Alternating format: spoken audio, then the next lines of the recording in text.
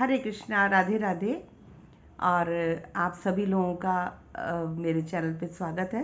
मैंने जैसे अपनी पिछली वीडियो में भी बताया था कि मकर संक्रांति पे बहुत सारे नियम लिए जाते हैं। राम जी की पत्तल का लेते हैं, उनके लिए कलेवा निकालते हैं। तो इस तरह से मैं इस बार बताऊंगी आपको कि मकर संक्रांति पे 14 दीपक का दीपदान कैसे किया जाए। दीपदान महादान होता है। वैसे तो कोई भी आप दान कीजिए, सभी महादान होते हैं। कन्यादान, अन्नदान, जलदान, धन दान, स्वर्ण दान, भूमि दान, बहुत सारे दान हैं, सभी की अपनी अपनी महत्ता है। तो आइए हम बताते हैं कि मैं बताती हूँ आपको कि मकर संक्रांति पे 14 दीपक का दान कैसे करना चाहिए। कोई भी आप मिट्टी के 14 कोरे दिए ले लीजिए, मिट्टी के ले लीजिए।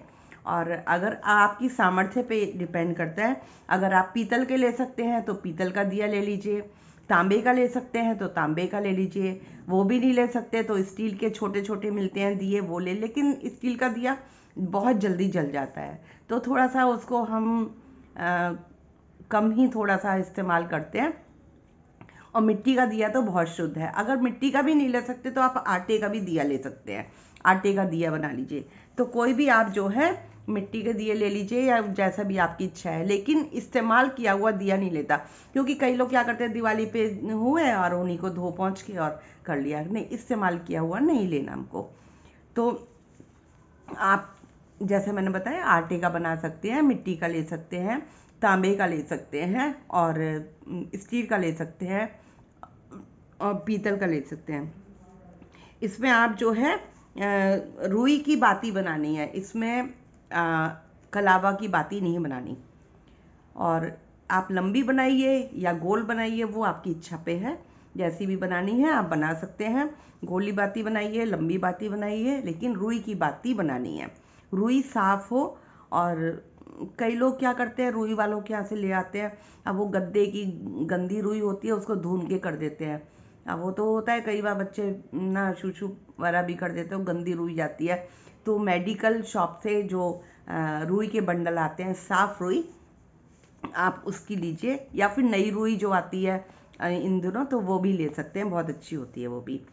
अच्छा, तिल का तेल का जलाएं तो बहुत अच्छा है, क्योंकि मकर संक्रांति पे तिल का बहुत महत्व है। मकर संक्रांति पे आप तिल का तेल जलाएंगे, बहुत अच्छा है। अगर ये तिल का तेल का दिया आप नहीं जला रहे हैं तो आप घी का जलाइए और सरसों का तेल का जला लीजिए। लेकिन घी का तेल का दिया जलाएं या सरसों का तेल जलाएं तो उसमें थोड़े से तिल जरूर डाल दीजिएगा, क्योंकि तिल का ही महत्व है मकर संक्रांति पे। तिल के तेल में दीपक ऐसा नहीं है कि आप तिल का ही तेल का जलाएं, कोई ज़रूरी नहीं है, वो आपकी इच्छा पर। तिल का क्यों महत्व है, क्योंकि तिल बहुत छोटा होता है। और इधर से मकर संक्रांति पर जब सूर्य अपनी मकर राशि पर आता है तो वो तिल तिल करके दिन बढ़ने शुरू हो जाते हैं। तिल तिल करके दिल बढ़ना, तो तिल तिल करके दिन बढ़ते हैं, तो बढ़ना जो है शुभ का सूचक होता है, घटना जो है अशुभ का सूचक होता है। तो हमारी जीवन में हर चीज शुभ ही शुभ हो, इसलिए हम तिल का दान करते हैं। तिल ज़्यादा से ज़्यादा खाते हैं सर्दियों में, क्योंकि तिल बहुत गर्म करता है। तिल में कैल्शियम बहुत ज़्यादा होती है, हड्डियों के लिए बहुत फ़ायदा करता है।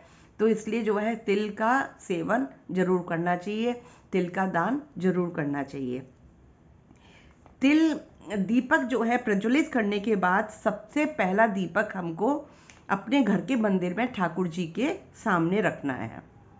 और जब आप ये दीपक जला लें, 14 दीपक जलाएंगे, बना लें, पहले एक थाली में रख लें, उसका संकल्प भी लेना है। रोली, चावल और गंगा जल से लेके पहले तो उन पे छींटे लगा दीजिए गंगा जल के दीपक पे। फिर हाथ में रोली, चावल और थोड़े से ये कलावा लेके, मूली लेके और जल लेके हाथ में, और 5 बार या 7 बार थाली को घुमा लीजिए, घुमा के और उस पे छोड़ दीजिए। तो ये आपका संकल्प हो गया, ये आपने दीपक जो है मिनस दिए, है ना।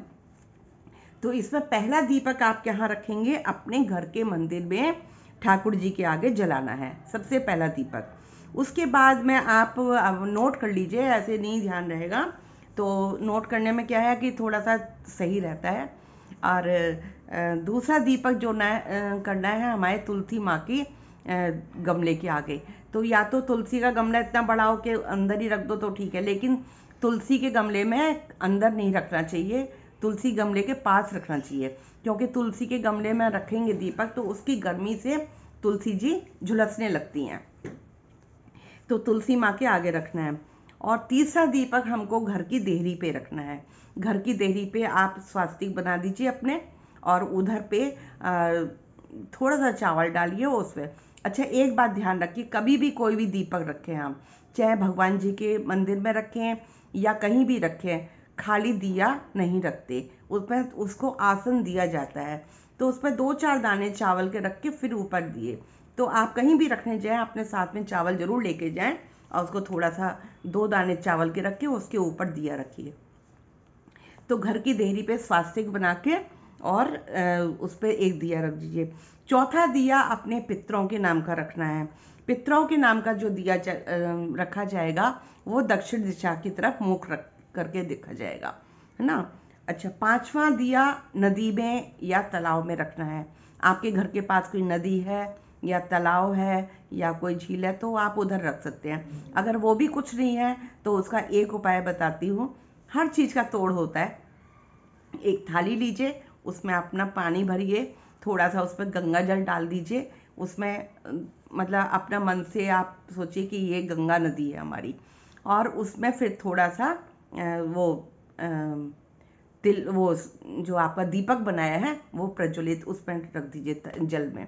तो ये आपका जल में दीपक हो जाए। वैसे तो प्रभा मतलब बहते हुए जल में अगर दीपक छोड़ें तो वो बहुत अच्छा होता है, लेकिन हर जगह पॉसिबल नहीं होता, तो इसलिए आप इस तरह से कर सकती हैं। तो इस तरह से जो है ये हमारा जल में दीपक हो गया 5वां दीपक। छठा दीपक है कदम के पेड़ के नीचे। कदम का पेड़ हर जगह नहीं मिल पाता, और कदम का पेड़ मिल जाए तो बहुत ही अच्छा है। इस कहते हैं कि इसके नीचे बैठकर किया हुआ जप तप बहुत लाभदायक होता है, बहुत फलकारी होता है। जो आपके मन में मतलब आपकी मनोकामनाएं वो बहुत जल्दी फलीभूत होती हैं। तो इसके कदम के पेड़ के नीचे जो है आपको 5वां छठा दीपक रखना चाहिए। 7वां दीपक आपको आंवले के पेड़ के नीचे रखने चाहिए। आंवले के पेड़ के नीचे कहते हैं कि बैठ के भोजन खाना भी बहुत अच्छा होता है, तो इसमें कभी आप इसके नीचे रख के कभी धन की कमी नहीं होगी। 8वां दीपक आपको बेलपत्र के नीचे रखना चाहिए। बेलपत्र जो होता है शिव जी को बहुत पसंद है, बेलपत्र के नीचे जो है आप रखिए। 9वां दीपक जो है अशोक के पेड़ के नीचे। अशोक के पेड़ के नीचे क्यों रखना चाहिए? क्योंकि अशोक का पेड़ और एक आम का पेड़ कहते हैं 2 ऐसे पेड़ हैं कि जब पतझड़ आता है तो ये कभी पेड़ सूखते नहीं है, हमेशा इस पर हरियाली रहती है, इसमें पत्ते बिल्कुल नहीं कम होते। तो अशोक के पेड़ के नीचे कि हमेशा जो है हरा भरा रहे, कभी खालीपन हमारे जीवन में ना आए, इसलिए अशोक के पेड़ के नीचे रखते हैं। 10वां दीपक आप रखिए शिवालय में। शिवालय में जो शिव परिवार होता है वहां आप रख लीजिए। 11वां दीपक पीपल के पेड़ के नीचे। पीपल की बहुत महत्ता है, पीपल की तो पूजा बहुत की जाती है, तो पीपल के पेड़ के नीचे 11वां दीपक। 12वां दीपक बरगद या वट वृक्ष के नीचे, क्योंकि वट सावित्री का भी व्रत रखते हैं, बरगद की बहुत पूजा होती है। और आप अगर कहें कि ये सब पेड़ कहाँ मिलेंगे, तो आप किसी भी जो है मंदिर में चले जाइए, तो जो जहाँ बड़े होते हैं तो तकरीबन वहाँ पे ये जो पूजा वाले हैं वृक्ष लगभग मिल ही जाते हैं, या आसपास जरूर मिल जाते हैं। तो बरगद या वट वृक्ष के नीचे। 13वां दिया जो है आप गौशाला में, जहाँ पे गौएं बांधी जाती हैं। अब गऊ के पास नहीं रखना है, नहीं तो गऊ को उससे नुकसान पहुंच सकता है कि कहीं कुछ पैर मार दे, जल जाए, कुछ कर जाए। तो जहाँ पे बांधी जाती है, खूंटा जो होता है उनका, वहाँ पे रखना है, वहाँ पे उनकी जो हौदी बनी होती है जहाँ बांधी जाती हैं। 14वां दिया यज्ञशाला में। मंदिर में यज्ञ होते हैं, यज्ञशाला यज्ञ वेदी बनी हुई होती है वहाँ पे।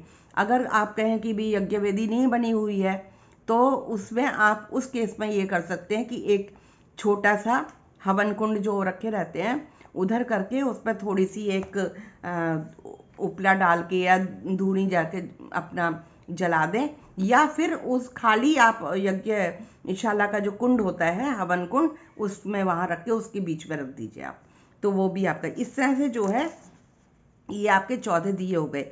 और जब ये 14 दिए शांत हो जाए, बुझ जाए, तो मिट्टी के दिए हैं या आटे के दिए, तो आटे के दिए बना रहे हैं तो इनको उठा के आप इकट्ठे कर लीजिए और किसी नदी में गोलियां बना के या बहते पानी में डाल दीजिए, जिससे वहाँ पे जीव जंतु जो होंगे जो खा लेंगे, क्योंकि हम लोग पानी में भी डालते हैं तो उसका भी बहुत फ़ायदा होता है, जीव जंतुओं को गोलियां मिल जाती हैं आटे की।